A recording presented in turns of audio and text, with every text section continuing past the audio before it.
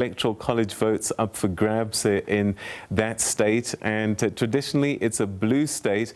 Let's catch up with Edwin Kapurura, who's on the ground there, and he's a resident of California. Edwin, what's the mood like in California tonight?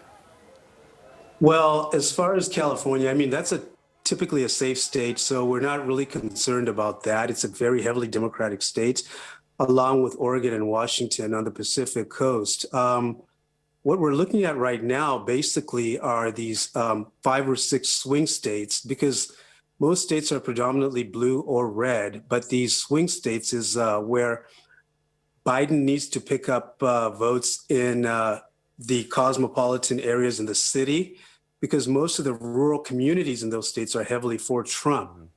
So if he's able to get a heavy turnout in the cities to counter the majority of counties that are red, he may actually be able to flip a red state blue. But right now, like you were saying, it's way too close to call.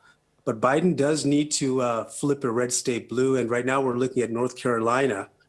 That's his best chance, I believe, to turn this race in his favor.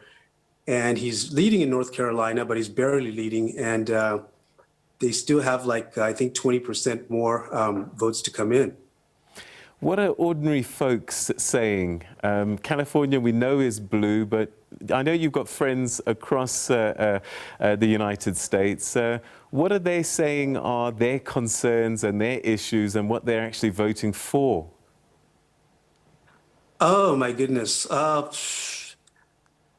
thing is that well, abortion is a big thing. The Supreme Court, right now, Trump has just appointed a judge to the Supreme Court that makes it a majority conservative court. And if Biden loses, that means he could very well pick someone else. Judges are very important because they determine certain legalities among states. So they're hoping that Biden wins so that he can expand the court from 9 seats to 15, because there's no constitutional rule that says you cannot expand the courts. You just have to do it through the Congress.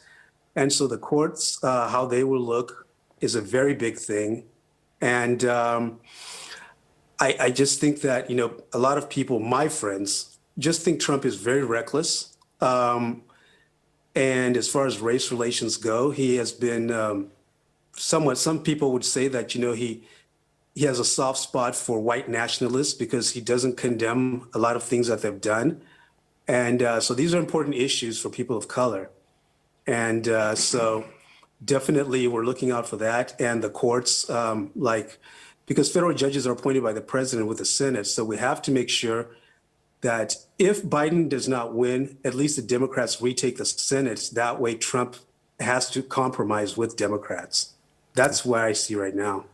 All right, stay with us, Edwin. We're going to carry on chatting to you, but Sherwin, a big question for you. Again, we tend to forget, actually, that there is a Senate race that's playing out as well, and there's a good chance that the composition of the Senate might